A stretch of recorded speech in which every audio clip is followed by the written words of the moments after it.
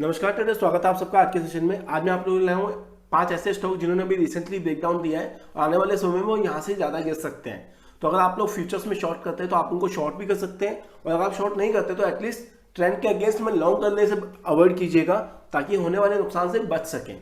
तो चलिए शुरू करते हैं आज का सेशन। हमारा पहला स्टॉक है यूनाइटेड ब्रेवरीज, जिसका सिंबल है UBL।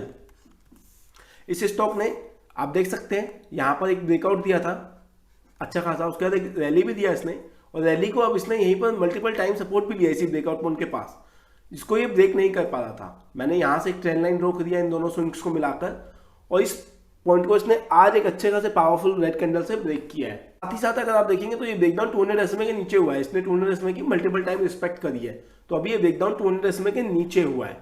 तो ये पावरफुल ब्रेकडाउन हो सकता है। आने वाले समय में ये स्टॉक 1308 तक भी हमें दिखाई दे सकता है। आज की क्लोजिंग इसकी 1395 रुपये की है, और जो रेजिस्टेंस ब्रेकडाउन एरिया था वो था 1498 से लेकर 1470 का।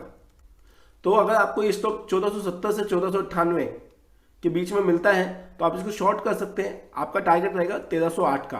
आपका स्टॉप लॉस रहेगा ये स्विंग जो कि है 1550 का। तो एक अच्छा रिस्क रिवॉर्ड यहाँ पर आपको मिल रहा है 1:4 का। अगर आप चाहें तो उसका यूज कीजिएगा अपनी ट्रेडिंग के लिए। चलिए बढ़ते हैं अगले स्टॉक की तरफ। आज का हमारा अगला स्टॉक है Apollo tyre.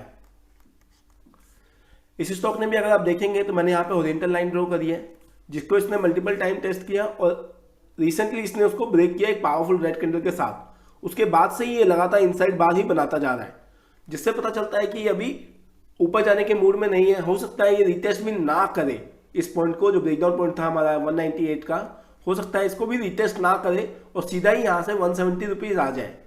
Although breakout point हमारा काफ़ी दूर है, इसकी क्लोजिंग 179 की है, लेकिन ये इस 170 के भी नीचे जा सकता है। तो आने वाले समय में अगर आप लोगों को ये स्टॉक बाय चांस 198 के आसपास मिले तो आप इसको शॉर्ट कर सकते हैं। आपका टारगेट रहेगा 170 रुपीज़ के आसपास, और आप स्टॉप लॉस यूज़ कीजिएगा ये वाला, ये स्विंग जो कि है 205 रुपये का। आज का हमारा अगला ब्रेकडाउन स्टॉक है ग्रासिम। आप देख सकते हैं कि इसने बहुत ही बड़ा डबल टॉप पैटर्न का ब्रेकडाउन दिया है, और ये ब्रेकडाउन 200 SMA के नीचे हुआ है। तो ये काफ़ी बेरिश हो सकता है। इसने कुछ समय पहले ब्रेकडाउन दिया था, उसके बाद इसने ब्रेकडाउन पॉइंट को रिटेस्ट भी किया जो कि 1590 के आसपास था। उसके बाद इसने आज से फॉलोअप सेलिंग का मूव स्टार्ट भी कर दिया। आज की क्लोजिंग इसकी 1503 की है। आपका फर्स्ट टारगेट जो कि बनता है वो है 1430 का। ये एक सपोर्ट एरिया है, मैंने यहाँ पे हॉरिजॉन्टल लाइन ड्रॉ करी है। दूसरा टारगेट जो आप लोगों का बनता है वो है 1262 रुपये का, ये भी एक सपोर्ट एरिया है। और अगर मैं पैटर्न की बात करूँ, और इसका पैटर्न का जो टारगेट है वो है 1590 का ब्रेकडाउन पॉइंट, 1893 का टॉप। इन दोनों के बीच का डिफरेंस अगर मैं निकालूं तो ये था 300 पॉइंट्स, और 1590 के ब्रेकडाउन पॉइंट में अगर मैं 300 पॉइंट्स को माइनस कर दूं तो ये लगभग आपका हो जाएगा 1200, मतलब 1590 माइनस 300 पॉइंट्स इक्वल टू 1290, जो कि ऑलमोस्ट इस सपोर्ट के पास ही आ रहा है 1262। आपको ये अच्छी खासी जर्नी खाने को मिल सकती है।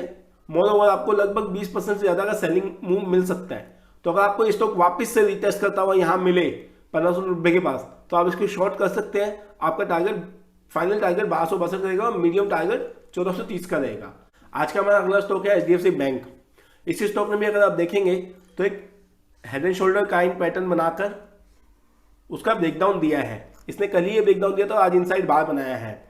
तो ये पैटर्न काफ़ी स्ट्रॉन्ग सेलिंग पैटर्न होता है। आप जानते हैं ये बेरिश पैटर्न है। अगर आपको इस पैटर्न के बारे में भी नहीं पता है तो इसके लिए भी कमेंट बॉक्स में लिख दीजिएगा, मैं इसके ऊपर वीडियो बना दूंगा। और ये ब्रेकडाउन भी 200 SMA के नीचे हुआ है, जो कि काफ़ी नेगेटिव, काफ़ी बेरिश सिग्नल है।